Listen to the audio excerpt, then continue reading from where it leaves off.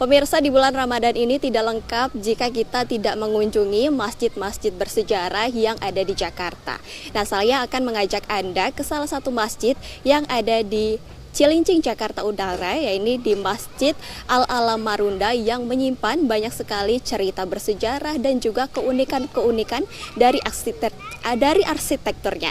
Nah, untuk itu seperti apa sih cerita-cerita yang berkembang di masyarakat dan mengapa masjid ini menjadi masjid bersejarah? Ikuti saya.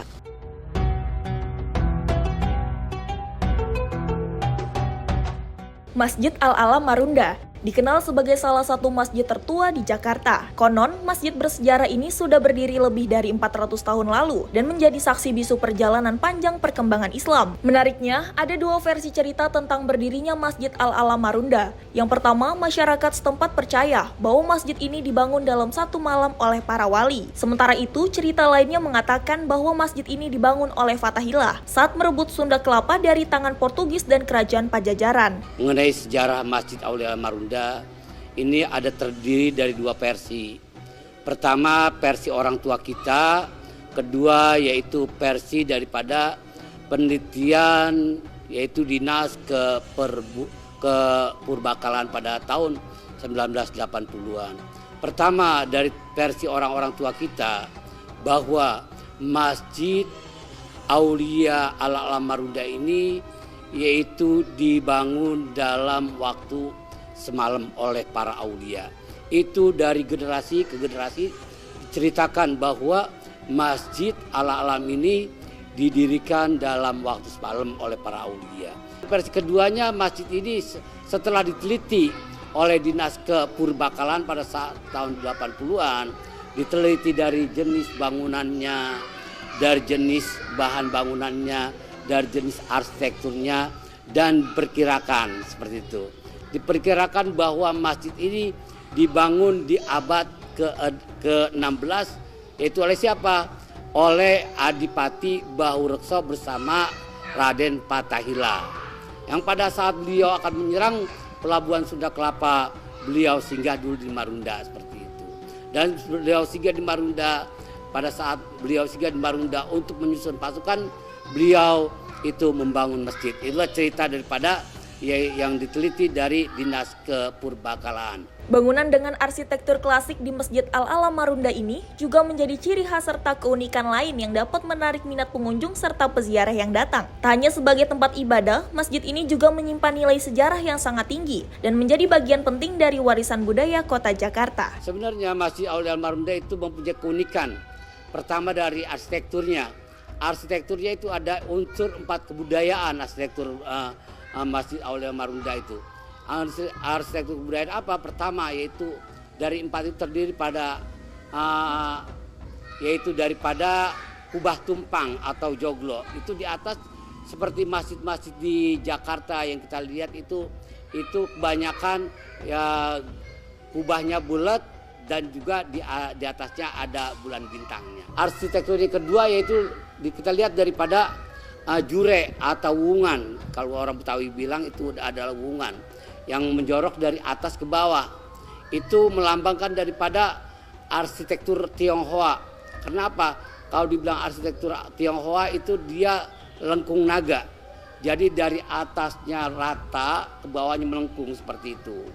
Ya, jadi pada saat air nanti hujan, dia akan ngebuang ke luar, nggak kena di bangunan itu sendiri. Jadi disebutnya arsitektur lengkung naga. Misalnya kita lihat di kelenteng-kelenteng seperti itu kebanyakan dia tuh dari atasnya lurus ke tengahnya melengkung seperti itu. Nah, itu dibilang arsitektur lengkung naga.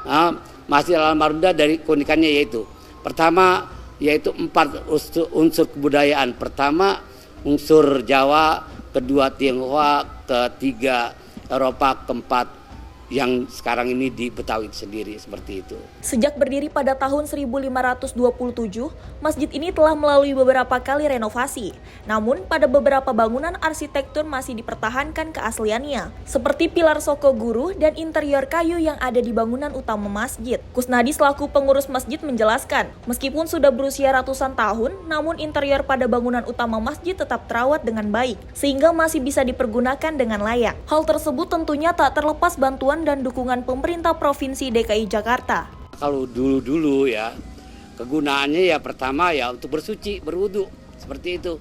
Karena sekarang banyak orang datang dari para peziarah atau para yang datang dari daerah itu untuk tur religi. Jadi akhirnya itulah timbul nama daripada sumur Masjid Al-Alam ini.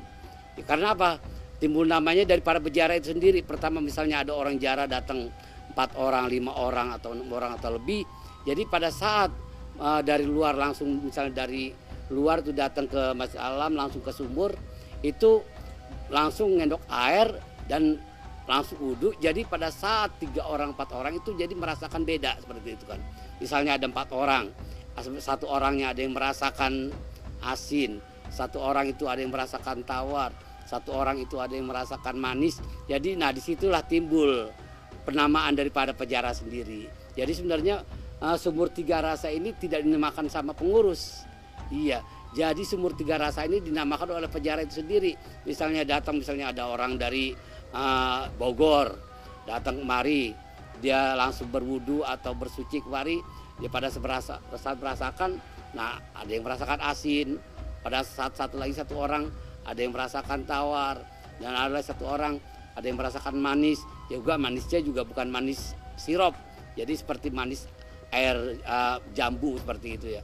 Selain memiliki bangunan arsitektur yang unik dan klasik, di Masjid Al-Alam Marunda juga terdapat sumur tua yang dipercaya oleh masyarakat sekitar memiliki 3 rasa, yakni tawar, manis, dan asin. Dahulu sumur ini biasa digunakan para pengunjung untuk berwudu sebelum melakukan ibadah di masjid. Kini sumur tersebut dapat membantu masyarakat sekitar untuk mendapatkan air bersih saat kemarau datang. Tak hanya itu, di bagian belakang Masjid Al-Alam Marunda ini juga terdapat makam keramat dari sosok Kiai Haji Jami'in bin Abdullah yang sering dikunjungi oleh para peziarah bahkan dari luar Jakarta. Beliau merupakan pengurus masjid terdahulu yang konon bisa membelah gelombang besar dan menyelamatkan ratusan masyarakat pada saat terjadinya peristiwa Gunung Krakatau yang meletus pada tahun 1883 silam. Sosok beliau seorang wali Allah. Beliau berasal dari Kebonanas, Jatinegara. Beliau datang kemari mengajarkan agama Allah menjadi nur atau cahaya bagi orang Marunda ini. Beliau insya Allah wallahu a'lam bishawab, semuanya hanya Allah yang tahu. Jadi beliau tinggal di Masjid Al-Alam Marunda. Pada saat terjadi kejadian luar biasa, pada saat itu di tahun di abad 18 kalau kata orang tua itu terjadi yaitu letusan Gunung Krakatau yang sebabkan yang terjadi tsunami yang disebabkan oleh letusan Gunung Krakatau. Dan pada saat itu terjadi gelombang yang sangat tinggi.